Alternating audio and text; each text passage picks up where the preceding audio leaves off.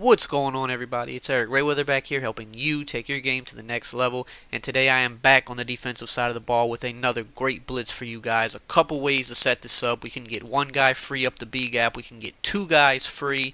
Insanely fast pressure. We're going to really put the pressure on our opponent's neck with this blitz. He's not going to be able to slide protected. A running back blocking is not going to do anything against this. We are really going to be putting the pressure on our opponents with this and make it very hard for him to complete passes. Now, if this is your first time watching one of my videos, hit that subscribe button below. I drop the best Madden tips on YouTube, so if you don't want to miss out on anything, the best thing you can do is be subscribed. So for today we're going to be in the 3-4 even. People have been asking me to post some more 3-4 stuff, so I got you guys. 3-4 even, the play we want to look at is the will fire 3 seam.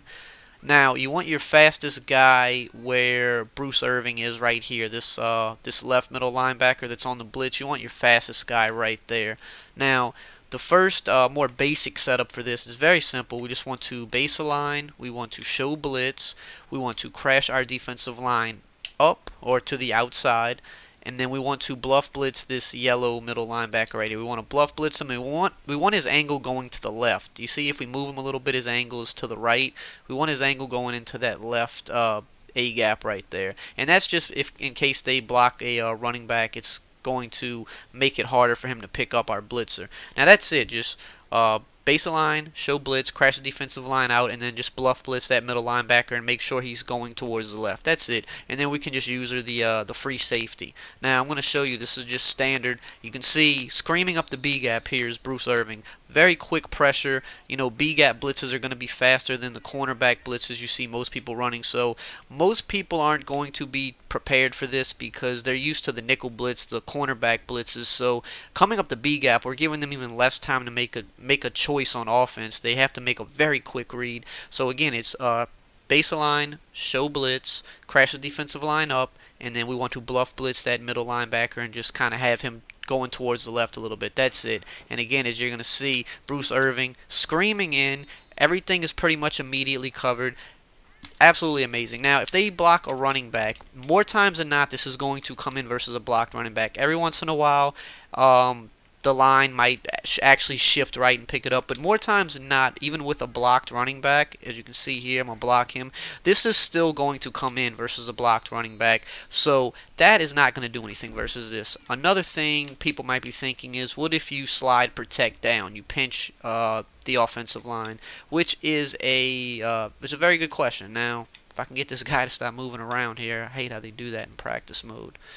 See, like in the game they don't do that, but in practice mode a lot of times they just move around crazy. Okay, anyway, so we're gonna pinch the defensive line here, and when you do that, you're gonna get Khalil Mack off this edge screaming, and he missed the sack, which you would never do in real life. But as you can see, if you pinch the line, the blitz actually comes in faster off that edge with Khalil Mack. So that's not going to work either. Now, if you want to get dual heat out of this and make sure that it is completely unblockable, if they try, they're going to start blocking a running back, of course, and every once in a while it will pick it up. But for the most part, you're still going to get the B gap even with the running back blocked.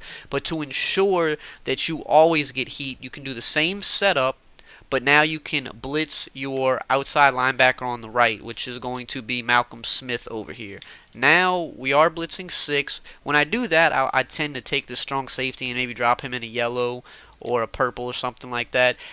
And I typically wait in must-pass situations to do this because we're going to leave the flats open over here. So in case the running back would be going out on a flat, we want to run the 6-man blitz if we're doing or if we're in a third and long, fourth and long situation where they're not going to be looking to the flats because we're going to leave the flats open for this. Now, again, we can just use the free safety, and you're going to watch how we're going to get 2 guys in free here. Look how quick they get in, and we force the fumble.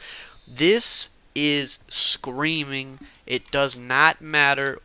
It doesn't even matter what the routes are on the field. You're going to have one read. That's it. If your first read is the wrong guy, you're sacked.